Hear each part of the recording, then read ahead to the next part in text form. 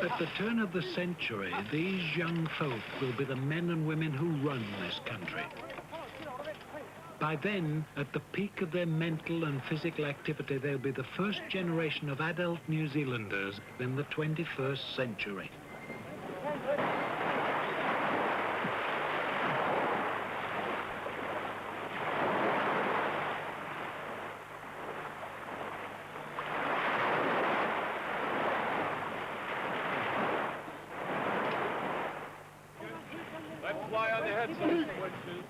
Before you can plot a course into the future, you have to know where you are and where you've come from.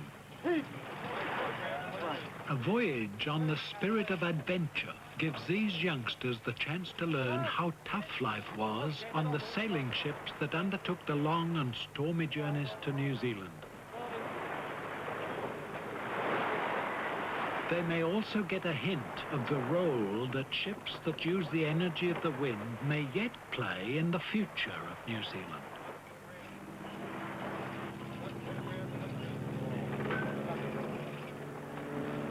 Meantime, travellers have taken to the air. And for many New Zealanders, adventure is now no more than a journey with their caravan to the motor camp at the beach. G'day, Swamp Marsh in your sunny Bay of Plenty Saturday afternoon. 25 minutes to 4, and in just a few moments a cricket update from Jeff Smith at the Tauranga Domain. Summer came down sadly, falling through the air, melting all the teardrops. Third last ball underway. Ball is looking well. Field to see where he can find a place. And that's not easy to find, but now Seddon moves in. Despite all this ease and affluence, we're still full of complaints. The price of beer goes up, unemployment gets worse, there's more and more crime on the streets. These are everyday topics of our conversation. But compared with the people who made this country, we're pretty well off.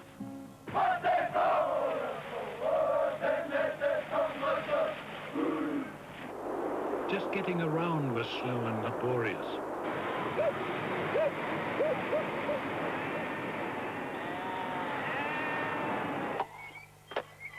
Most work was done by human sweat alone.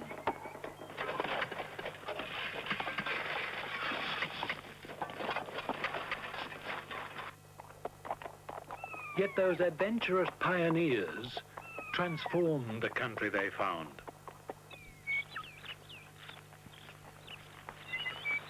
Deep down, most New Zealanders have still got something of that spirit of adventure in them. And they're still close enough to the pioneers to enjoy vigorous exercise and fresh air. And we're all very much better off than we think, even as far as energy goes. You can see that on Mount Egmont. But to get a proper look, you've got to go much higher than this. And that means the expenditure of a little more energy than I can muster right now.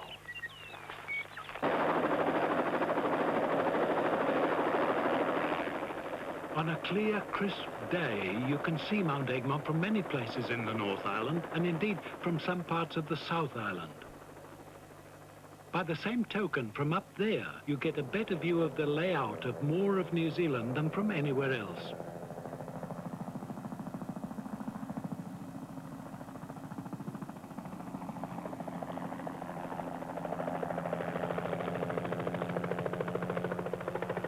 Here on Phantom's Peak, you get a clear perspective too on sources of energy important to New Zealand's past, present and future.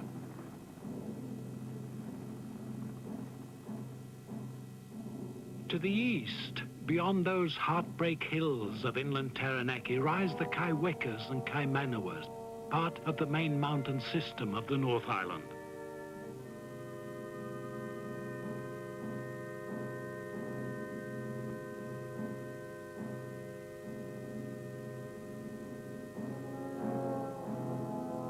There too are the volcanoes of National Park. They all reach up into the clouds. The rain that runs down their slopes feeds Lake Taupo and the Waikato River. It's the water power of that river that has fueled New Zealand's development for half a century. The main mountain ranges over there are block mountains of older rocks. Erosion stripped them of their cover of younger sedimentaries. But here, around the base of Mount Egmont and far out to sea, is a vast basin of younger sedimentaries that haven't been violently disrupted by recent mountain building processes. It's here that they've recently found large deposits of natural gas. We took a long time deciding how to exploit the gas from Kapuni. But no sooner had we done so than we discovered a much larger gas field offshore. Early in the morning, the shadow of Egmont's cone points directly at the Maui platform, which taps one of the 10 or 12 largest gas fields in the world. And now that Middle East oil has become so expensive, we just can't wait to get our hands on that gas. But I think we may be moving too fast here in Taranaki. In exploiting these newfound but non-renewable sources of energy, we're galloping rather dangerously down a fast track. Officially, we're thinking big. And on a New Zealand scale, the projects themselves are enormous. The money's coming largely from overseas, and we're even thinking of exporting some of the energy. In 30 years, though, it'll all be gone. But meantime, we're overlooking another source of energy that we've known about for a long time, and there's plenty of it, too.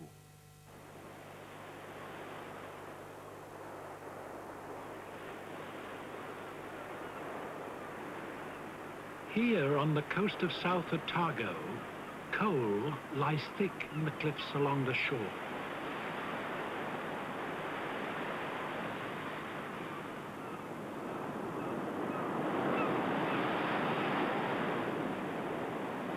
As early as 1844, this seam of coal was seen and reported on by Frederick Tuckett, surveyor to the New Zealand Company. He had the job of recommending a site for the Scottish settlement then being planned. He chose Otago, of course, and left Canterbury to the Anglican settlement that followed. The seam of coal that Tuckett saw as he trudged along this coast isn't the only one here in South Otago. Seams of coal reach inland from the coast here for miles.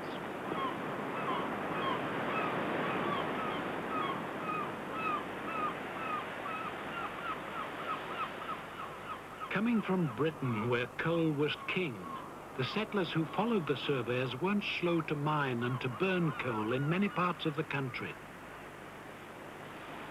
Until after World War I, coal was in fact our chief source of energy.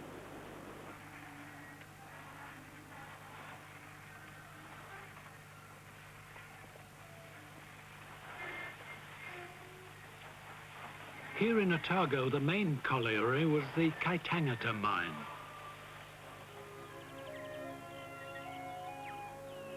In 1959, it was closed down for good.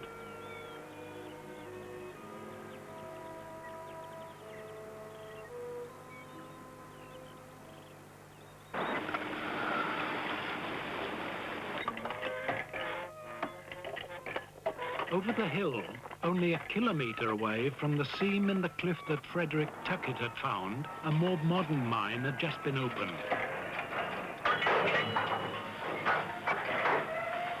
160 men were employed here at the Lockington mine.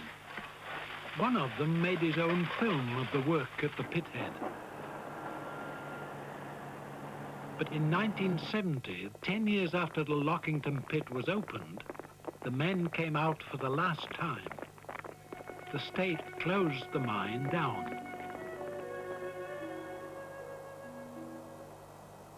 Today, Lockington is no more than a vandal's playground.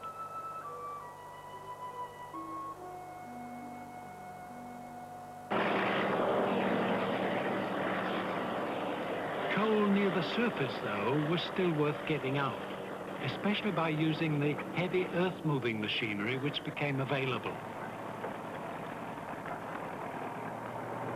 Over the next hill, the state had opened up the deep seams of the Wongaloa open-cast mine.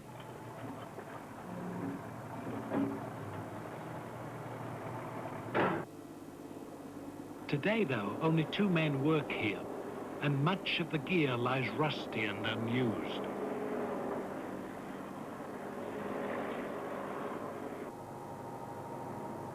These days, a mere trickle of coal flows through the township of Kaitangata.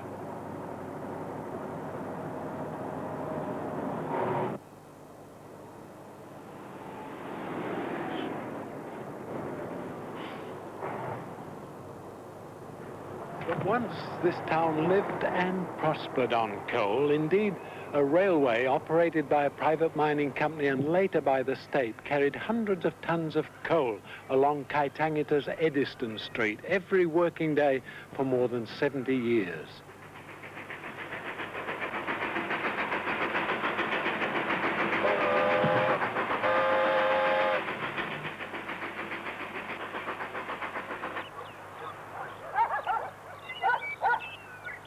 Today, the town's largely intact.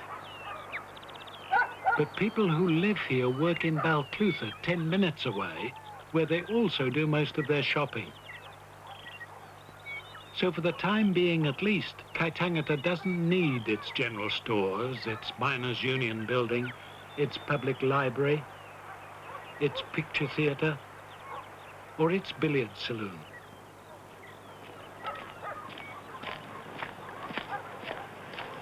To discover what's been destroying the coal mining industry and killing off towns like Kaitangata, all we have to do is take a trip up this river, up the Clutha.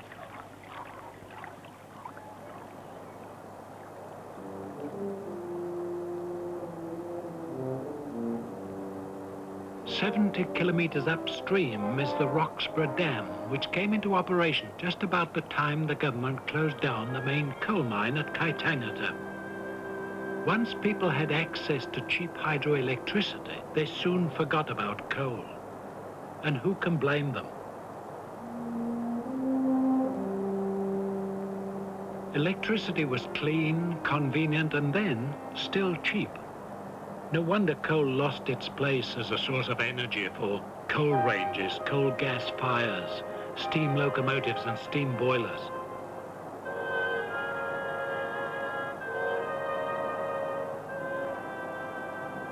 So far, Roxburgh is the only dam on the mighty Clutha. But another 40 kilometers further upstream, at the mouth of the Cromwell Gorge, near Clyde, another more massive dam is under construction.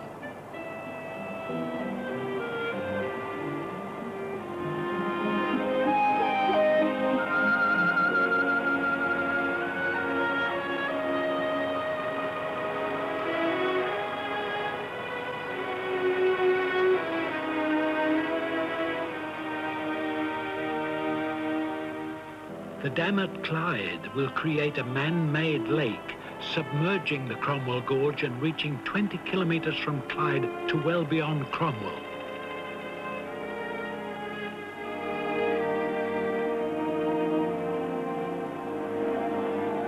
And this is only part of a project that will bring about probably the most dramatic transformation in the New Zealand landscape that we shall see in the years to the end of this century.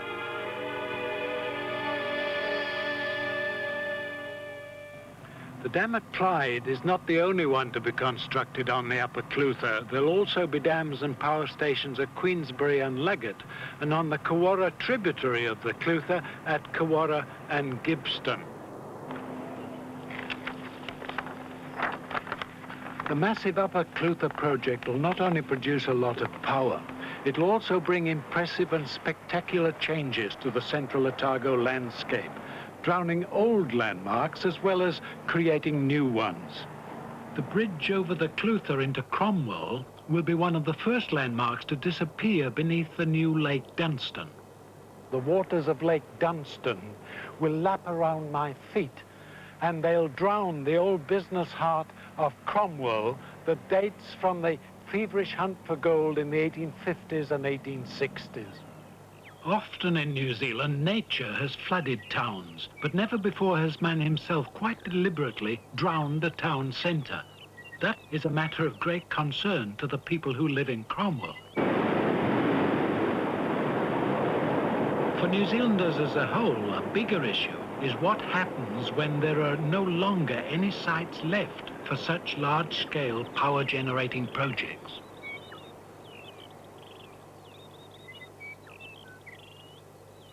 When Lake Dunstan overwhelms all this and we have to find still more energy, then I believe we'll have to take a second look back downriver at those coal reserves beneath the hills at Kaitangata.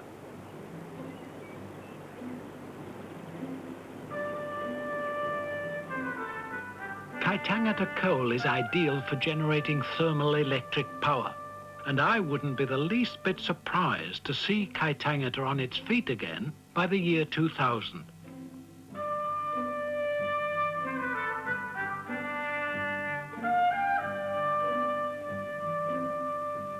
Just over the hills from Kaitangata, overlooking the northern of the two mouths of the Clutha, could be just the place for a coal-fired thermal power station. It's just far enough from Kaitangata over there. It has a persistent southwest wind to whisk away any pollutants, and there's water handy in the river for cooling. What's more, there'll be no need to transmit the power to the North Island through the national grid, because in 20 years there'll be thousands of hectares of pine trees for processing right here in the hill country of South Otago. And on the alluvial plain, on the Inch Clutha, there'll be other forms of development. The new hydro dams, improved drainage and better flood protection works, they'll all make this perhaps the most productive horticultural area in the South Island. Beyond the Clutha, in the Mataura Valley, are lignite coal deposits so vast they make the Kaitangata Reserve seem puny. By the time Maui gas has been used up and forgotten, those coal deposits in Southland will be converted, I believe, into liquid fuels. So as I see it, in New Zealand's bright and promising energy future, the South Island will have the best long-term prospects. Our most formidable problem, and it's a really big one, will be the cost of providing all the liquid fuel we need. If we do have a problem with the supply of liquid fuels, if the fuel crisis is a reality, you just wouldn't think so, judging by the way New Zealand families still organise their daily routine around the motor car. Yeah, I know I do. See you. Bye. Bye-bye.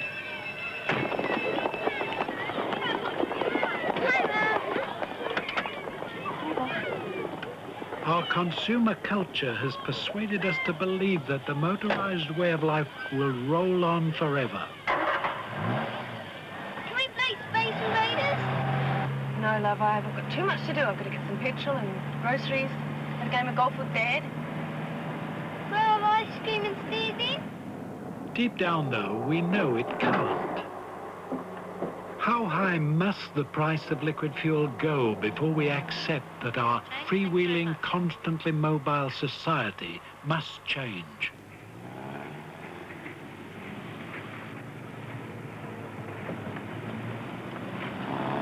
You see one anywhere, Josh? No. Can I have ice cream now, Mum? I'll get you one at the drive-thrus.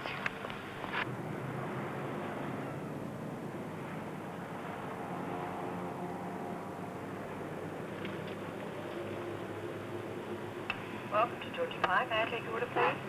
Oh, which one? What's about Sunday, please? Hi. Hi. Thank you. Thanks very much. It's going to be pretty hard for a child accustomed to this way of life to grow up in a world where the cost of such personal individual transport becomes intolerable. Oh, no. Daddy's in the car already. Where are you going? I told you, darling, we're going to golf. I thought you said last. Won't be long. Just give the groceries to the kids. Okay, I'll wait. Oh, here you are, darling. Where are you going? I told you I'm going to golf. Oh, okay. And now, tell Granny I'll be about an hour or so, okay? Yeah. Bye-bye.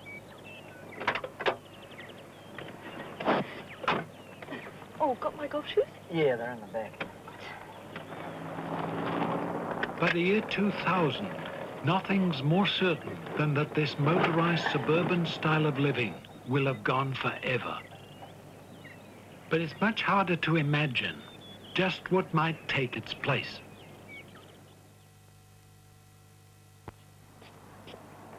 On the highways across the oceans, we may once again use sail. On the streets of our towns and cities, we shall become familiar once more with the bicycle. The corner store will again come into its own, and the delivery boy will enjoy a comeback. The town where this boy delivers the groceries was built, as it happens, to provide energy by harnessing the hydroelectric potential of the rivers of the upper Waitaki Basin. Twizel, built for this special purpose, has just about done its job. There's no road ahead. The Ministry of Works is committed to dismantling the place and to restoring the site to what it was before Twizel was built here only 15 years ago. What waste, what nonsense. There are small towns all over New Zealand that could do with the amenities Twizel enjoys. A fluoridated water supply, sealed roads, irrigated lawns, and most valuable of all, 1,300 specially insulated houses. Insulated because in winter, Twizel's one of the coldest spots in the country, though this is more than compensated for by its brilliant sunshine, its clear air, and the majestic backdrop of mountains. What's more, it's only an hour's ride from scenic attractions that tourists travel the world to see. Twizel could well be the town of New Zealand's tomorrow. In fact, I wouldn't mind living here myself under the conditions of the year 2000. Come on in and have a look at what it might be like inside this little house at Twizel by the turn of the 21st century.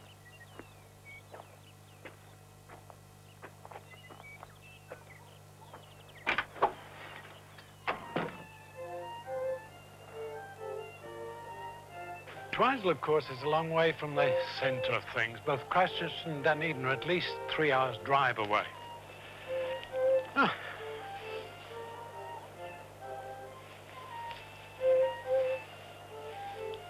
But what we have to remember is that we already have a technology that's fast abolishing distance. And with it, the need for expensive motor fuel. This terminal's listening to everything I'm telling you. When I give the appropriate command, it's just as if I were already in Christchurch, for example, talking to my bank manager. Rural Bank, 1 moment, please. How are you, Dr. Cumberland? What's the weather like up there? Marvelous, thanks. What's it like in Christchurch? Not much good. Smog, as usual. You should be in Twizel. I was wondering, actually, whether you'd heard from Wellington about the term loan we discussed last week. As a matter of fact, I was talking to Wellington about it this morning. It's been approved, okay? There's a limit of 35,000, though. You can operate on it from today. Lovely. Thanks very much. That's all I wanted. Goodbye, Mrs. Cooper. Okay, fine. Cheerio.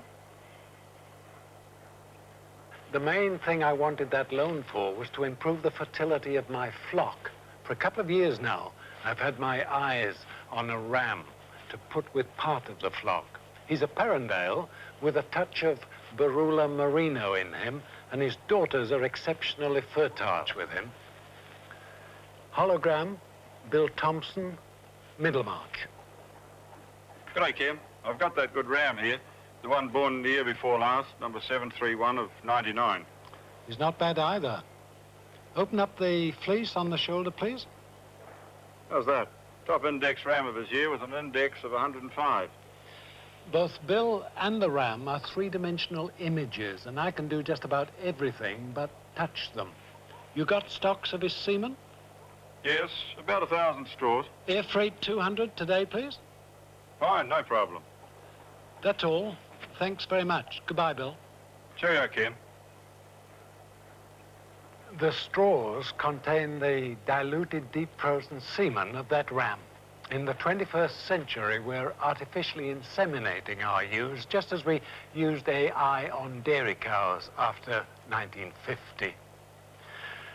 For everyone, in towns, in cities, and on farms, life's going to become more attractive, more exciting. For your indoor entertainment, you won't be confined to the 23-inch home receiver, nor to the programs chosen for you by the planners at Avalon. You'll have a vast range of possible entertainment. If opera's your choice, you'll be able to bring Covent Garden to Twizel.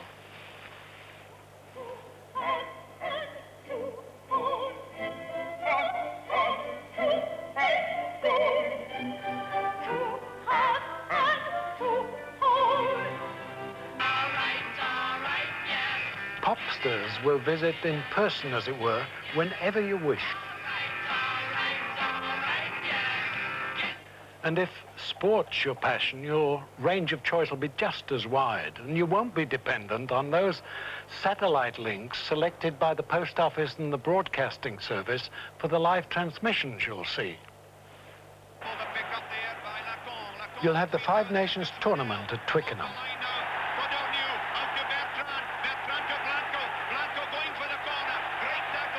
Number 9, Hahn. You'll see the World Cup final between the Netherlands and the Argentine. Van der Kerkhoff. There. It's there. They've equalised. Then reckon I'm ready over on the inside. Bra Virginia was next. Miss Judina running on fairly. You'll watch horse racing wherever in the world you like. 3 lengths in front in the cup of Yashmak on the outside. Before the next century arrives, we'll make such technological progress that Twizel must become the logical centre for some New Zealand service organisation conducting its business on a national, even on an international scale. There'll be no reason why an insurance conglomerate like New Zealand Insurance South British shouldn't take over the town and conduct its business as efficiently from here as from the deserted canyons of Lambton Quay or Queen Street. But however fantastic, however spectacular some aspects of life in the 21st century may be, our sustenance, both as individuals and as a nation, will still be the land.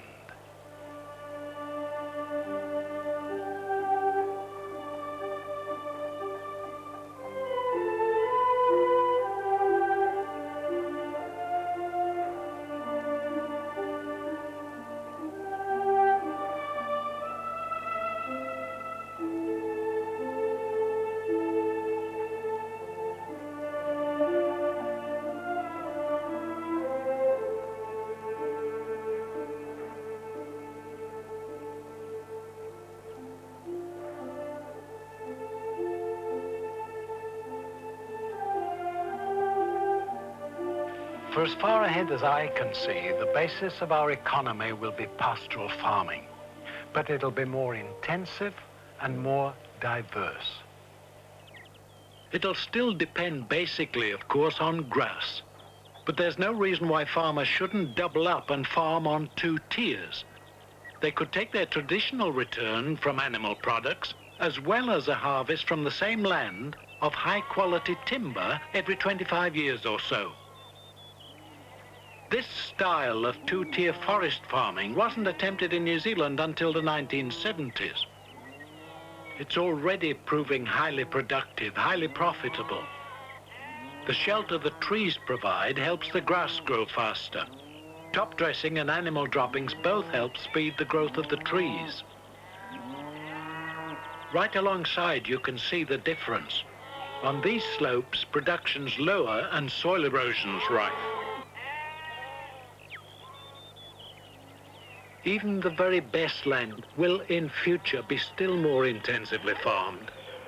To see what it's going to be like in the year 2000, take a look at the Bay of Plenty right now.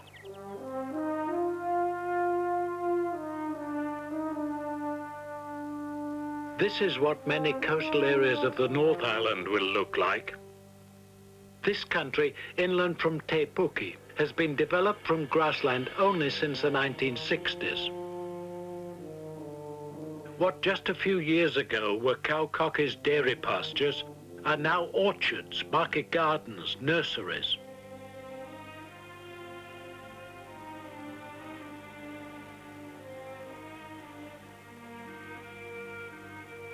The pace of intensification has never been faster than it is today.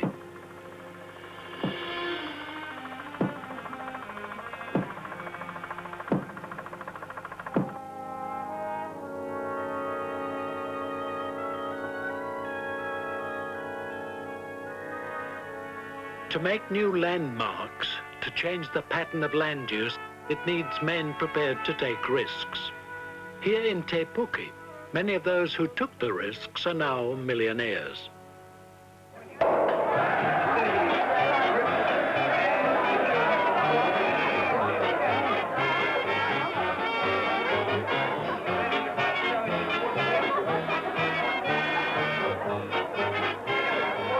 The growers' champagne breakfast that celebrates the start of the kiwi fruit harvest in May is already an institution in the Bay of Plenty.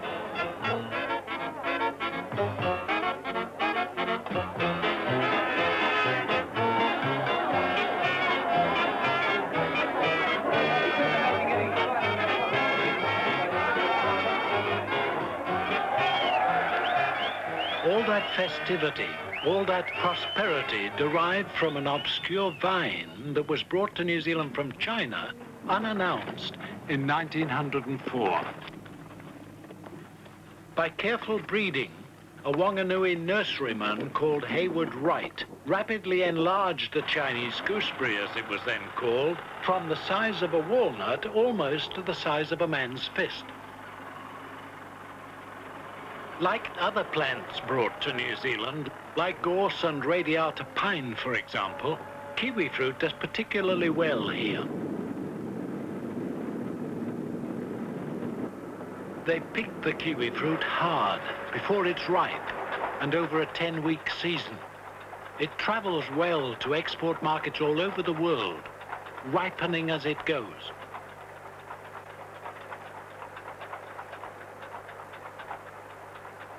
Vast packing and grading sheds, almost as big as our grandest railway stations, must also be a part of the shape of things to come.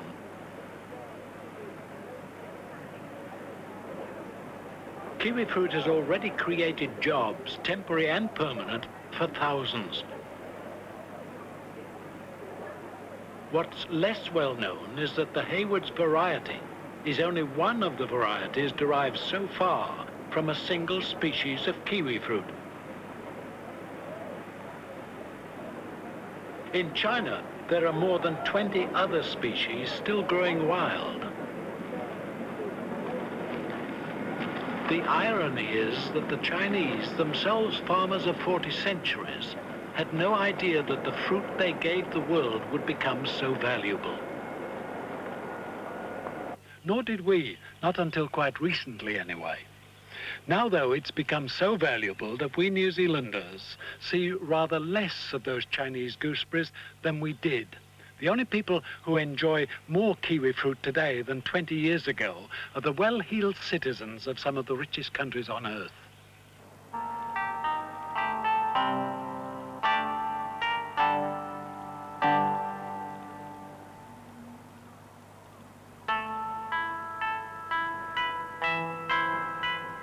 At first sight, you'd hardly think there was a market here for kiwi fruit at more than $2 a piece.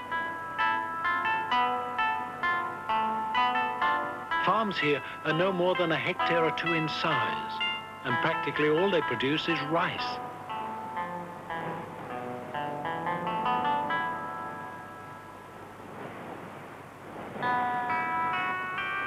This Japanese farm has been in the Okado family for 3 or 4 centuries. Mr. and Mrs. Okado specialize in producing Kobe beef. Their 5 heifers are reared indoors and fed only partly on rice and rice straw.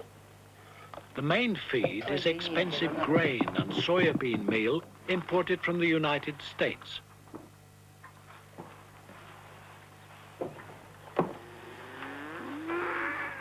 Kobe beef is Japan's luxury meat, destined exclusively for the best hotels and restaurants.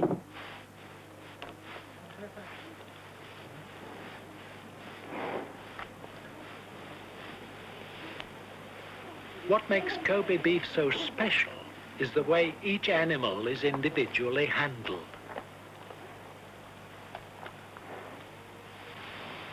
This daily massaging encourages the growth of muscle, of choice, tender meat that's evenly marbled with fat. Farmer Ricardo's income's a lot higher than you might expect. I bet you can't guess what he expects to get for this heifer when she's ready. New Zealand farmers just won't believe it. It's more than $1.25 million yen. That's more than 6,000 New Zealand dollars. And that's what the farmer gets. The many people who eat rump steak in Japanese restaurants can certainly afford kiwifruit for dessert.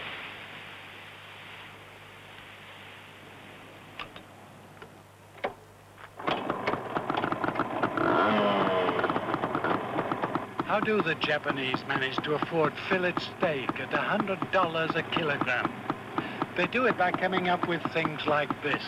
This farm bike was made in Japan, but is not at home on Japanese farms.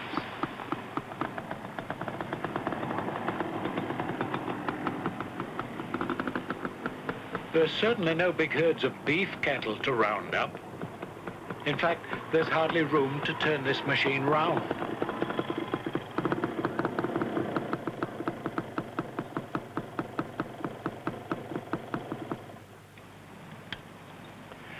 Now, this machine's right out of place here.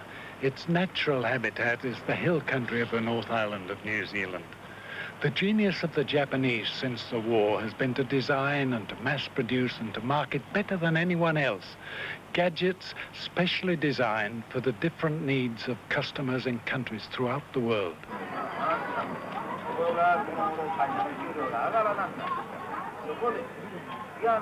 New Zealand knows the brand names of many of the most successful of the vast range of consumer products turned out by Japan.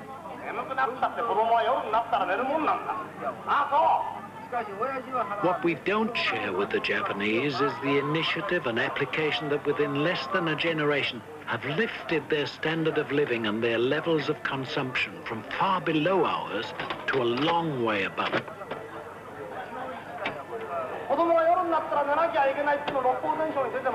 Visitors to Tokyo can sample an unbelievable range of electronic gadgetry. Even if import licenses and foreign exchange were available to bring them to New Zealand, they'd still be beyond the reach of most of us. How do you do? I am an engineer. The purpose of my trip is sightseeing. In Japan, though, they're taken for granted. Good afternoon.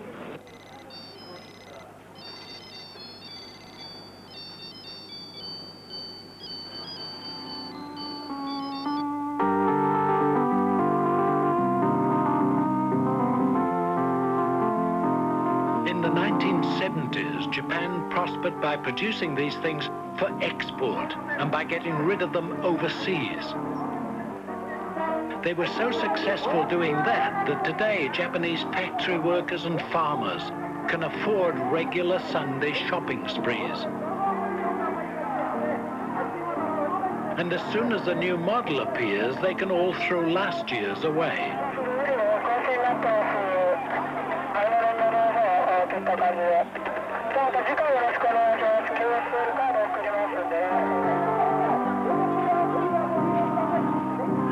Such spectacular economic success within what we now recognize as our own Pacific sphere of interest is already shaping New Zealand's future.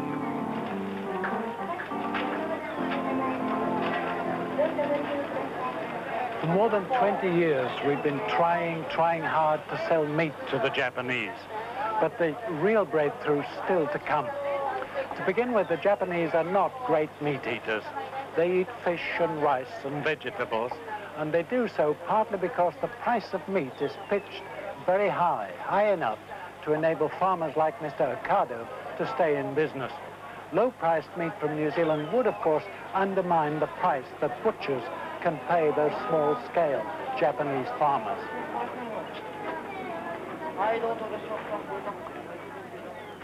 But sooner or later, that system must collapse. Japanese people are earning more. Their expectations, too, are still rising. It won't be long before they demand access to high-quality meat in quantity. Japan's own farmers will be unable to meet that demand. Its best, perhaps its only, long-term source of supply is New Zealand. But there are other ways we New Zealanders can pay for all those farm bikes and motor cars and video recorders, and our farms will still have an important part to play. The answer lies out there in those tremendous Tokyo crowds and the crowds in all the other overcrowded cities of Japan.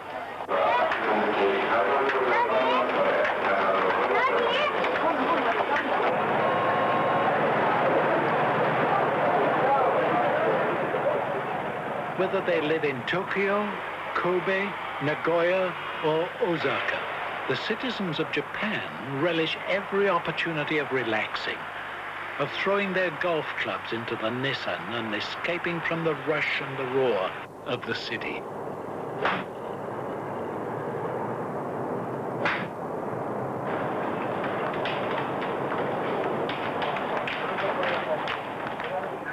But in Japan, getting away from it all has a somewhat different connotation.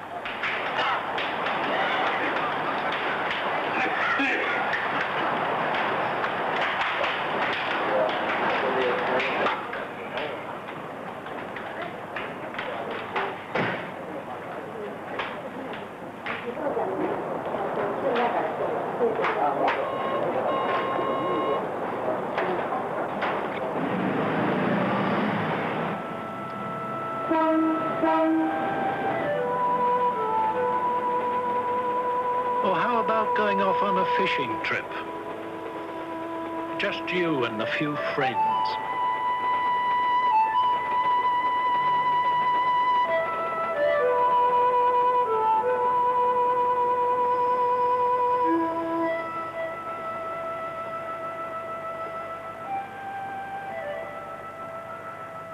If you had to spend your leisure in surroundings like these, if you had more money than ever before, and if in some countries overseas that money was worth more and more every day, what would you be inclined to do? 新しいクリーンな世界、ニュージーランド。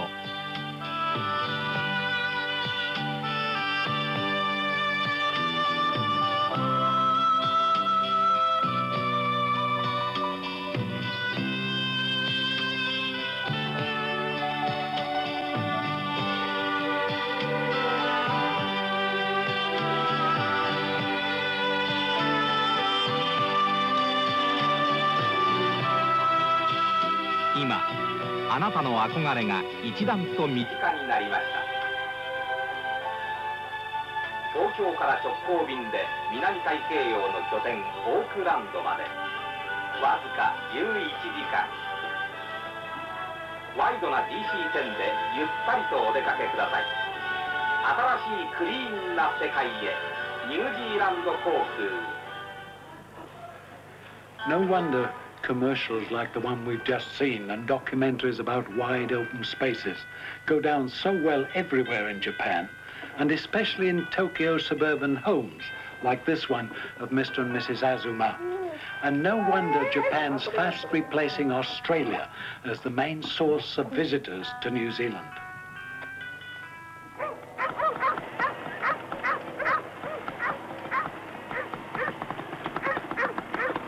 Like the farm bike, other products of Japan are already deeply ingrained in our New Zealand way of life. From now on, the people of Japan will be woven into the fabric of our economy in increasing numbers.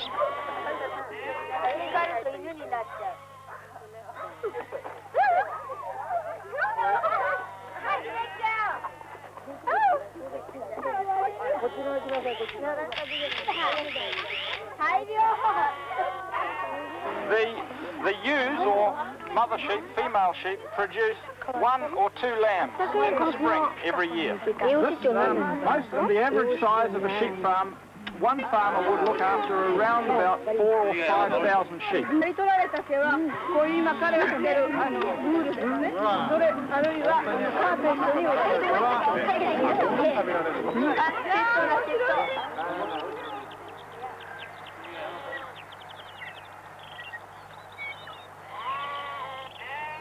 Most of the tourists who come to New Zealand come from around the Pacific, and now they come by air, not by sea.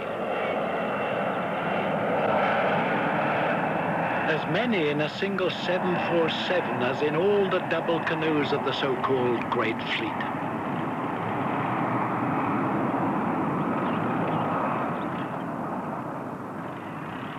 All who come here, no matter where they come from or how short their stay, leave some imprint on the land. The surprising thing is not that man has changed the New Zealand landscape, but that he's changed it so much in so short a time.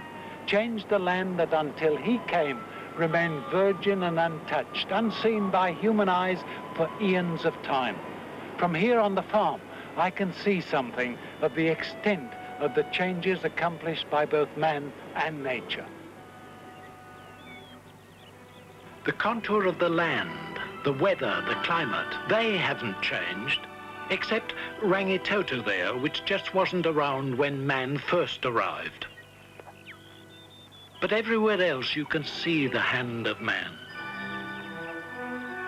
The bush that once mantled these slopes has gone. That clump of Tarairi and Puriri is all that remains of the native forest. In its place, man has given these slopes to pasture. I've cleared scrub here myself. The trees we've planted are that pine from Monterey. Most spectacular, though, of all man's handiwork is that sprawling metropolis down there beyond the suburb of Howick. But Barnaby here, my grandson, may well have less need to live in the city than I did. He'll grow up with an entirely new technology at his command.